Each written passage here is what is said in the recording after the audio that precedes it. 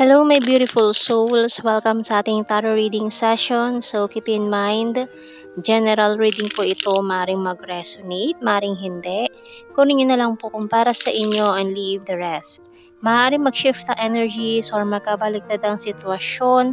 Kaya kayo na pong bahala kung saan kayo nakalugar sa reading natin. So, let's see.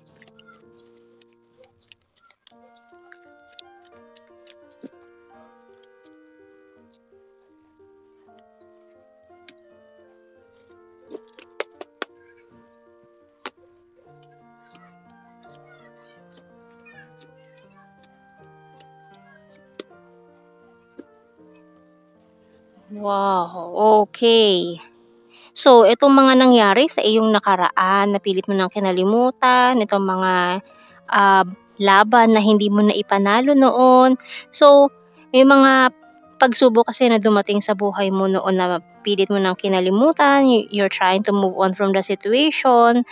And kung ano man yung mga nangyaring yon, justice will be served. No? So, talaga mabibigyan na ng hustisya itong mga nangyaring ito kung may mga taong umagrabyado sa'yo, ayan. So, meron ding coming in with this Knight of Swords energy natin dito. And medyo matagal kang nag-soul searching, nagnilay-nilay, nag-reflect-reflect kung ano ba yung mga dapat mong gawin. No? So, tagal nag-walk away ka na from this situation na kasi hindi na sila maganda or hindi na sila na nakaka sa iyong vibrations na kasabay. So, you're trying to move on na from that situation. And with this Page of Pentacles, so we have a messenger na nagsasabi na maganda ang pasok ng sa iyo ngayon. Okay, lalo na ngayon, August. Ayan. So, maraming mga ideas na darating or papasok sa isip mo na makakatulong para sa iyong growth.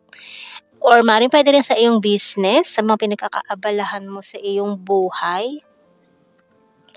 So, tingnan pa natin, signs and symbol cards. Lalo na dito sa taong coming in. May coming in tayo, strong air sign, Gemini, Libra, Aquarius. Strong, lalo na Libra. Ayan. So, meron din tayong energy na Virgo. Ayan. So, siguro September, baby. Libra and Virgo. Ayan. So, tingnan natin. So, we have here, ayan, you're trying to move on na from this situation na nag-cause ng mga hindi magandang pangyayari sa buhay mo. You're trying to heal, pinilit ng ilibing or kalimutan itong mga nangyaring ito na hindi maganda. So, with the Teddy Bear, parang ito ay may mga childhood traumas din na nag-cause na you're healing your inner childhood traumas as well So, we have here camera, key, and deep well. So, yung bottom card natin is sweet. So, parang you're reminiscing the past, yung mga childhood memories, may mga memories ka from your childhood na parang bumabalik or parang nangyari na noon, parang nakaka-experience ka ng mga deja vu moments sa mga nangyari sa iyong childhood na nag-cause ng parang traumatic experience. So, tingnan natin dito. So, you're trying to heal from that. So, parang siguro, yun ang nagtitrigger sa'yo sa mga anxiety problem or anxiety issues, panic attacks. It's time for me to heal now. So, So, nag-heal ka na from that mga nangyari sa iyong nakaraan. So, kung ikaw naka-experience ng mga trauma, lalo na nung childhood mo, so you're healing from the past. Okay, so tingnan natin. Sometimes I stay awake thinking about you. I replay our conversations over and over. So itong coming in person, parang nagpaparamdam na from the past siya. And I know that I crossed the line with you. I love you. Okay, so itong taong ito ay maaaring from the past na pwedeng hindi mo siya naging karelasyon kasi kung siya galing na sa iyo nakaraan, puwedeng hindi naging kayo, puwedeng naging kayo or hindi, ayan. So, ibig sabihin lang no'n, kilala mo na siya noon pa man, 'no? So, hindi kasi ibig sabihin past kasi minsan 'pag sinabing past, iniisip agad nila ex, naging karelasyon. Meron din naman kasi mga past person na galing sa nakaraan kahit hindi naging kayo, ayun. So may mga feelings involved, pero relationship hindi nagkaroon, puwedeng gano'n. So you and I were too young. Oh, ayan, from the past na maaaring naging childhood friend mo, puwede ring childhood sweetheart, yung tipo ng tao yung taong laging inaasar sa'yo noon, nung bata kayo, na parang may mga nagsasabi sa inyo na kayo ang magkakatuluyan nitong taong ito.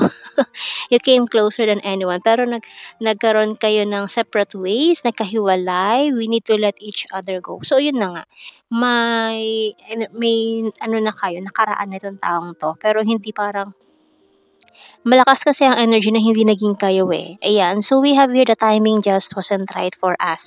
So kasi nung mga panahon siguro yun nga, kasi ayan, you and I were too young, ayan ang nakalagay dito. So kasi nga siguro mga panahon yung bata pa kayo, hindi wala pa sa tamang edad or the timing, yung timing hindi pa talaga. So hindi puwedeng ipilit pa. Ta's nung nagkahiwalay na kayo, parang nawalan na kayo ng communication. So tingnan natin sa initials 'to. Letter X, W, O, F, N, D,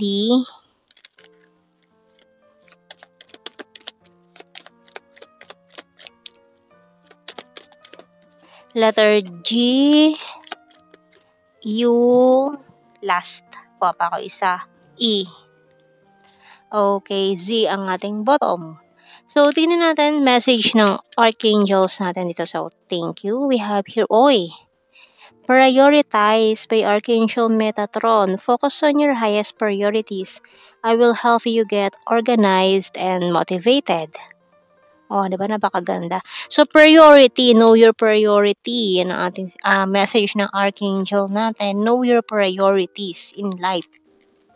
So yun muna ang unahin mo, mga priorities, kasi kapag okay na, alam mo na yung mga dapat mong gawin. So para kasi may desisyon ka rin na kailangang gawin dito. Know your priorities daw muna. So ayun. Kapag okay na, ay tsaka magiging okay itong mga iba yung bagay na hinihintay mo. You're my strength. I can't let you go. I'm addicted to you. Ito muna ito daw ang kailangan mo munang gawin. I need to achieve my goals. You're so hot. Business is business. I'm giving up and caught in the middle. So yung bottom card natin, sorry I'm wasted. So, yung maaaring focus muna sa goal, sa business, kasi itong taong hinihintay mo marahil or yung taong para sa'yo ay nasa maling tao pa, sorry. Ayan, so nasa maling tao pa, na yun caught in the middle. So, itong taong para sa'yo daw ay maaaring in a relationship pa siya with a wrong person or they are seeing each other pa din, ayan. So, kailangan mo na mag-focus sa business, sa mga goals in life. So, yun yung sinasabi sa'yo, know your priorities muna in life. Ayan. So, tingnan natin sa ating blue card. Itong true love mo makakapaghintay yan Kaya ang soulmate mo paparating na Ayan parehas kayo, mirroring. Pero know your priorities daw muna. Okay? So, yung hinihintay mo is just waiting around the corner. So, kailangan lang muna may mga ayusin. So, kung may mga excess baggage, eliminate na muna itong mga excess baggage na ito. Bago kayo mag-meet, kailangan cleared lahat. Kasi paano nga naman kayo magkikita or mag-meet kung ang isa sa inyo is in a relationship with the wrong person. Okay? So, kailangan mo nang isettle yung mga kailangan isettled. Itapon yung mga kailangan itapon. At linisin yung mga kailangan linisin para give room for this person na paparating, 'di ba? So general cleaning para may space kasi paano nga naman tayo makakapag-accept ng isang sa buhay natin kung ang daming kalat, ang daming walang space for this person to enter your life. So papaano siya magkakaroon ng space sa buhay mo kung ang daming nakasiksik na hindi dapat nandiyan. So general cleaning tayo, ayan, yung mga kailangang itapon na para may space itong new person na paparating. Sagittarius. Ayan, overthinker.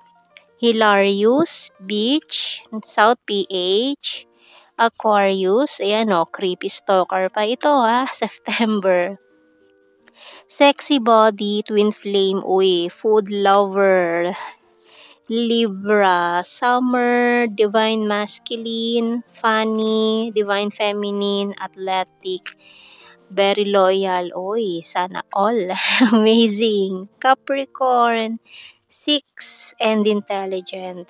So yun ang ating reading, my beautiful souls. Thank you for watching. Take care and God bless. See you in our next reading, guys. Bye-bye.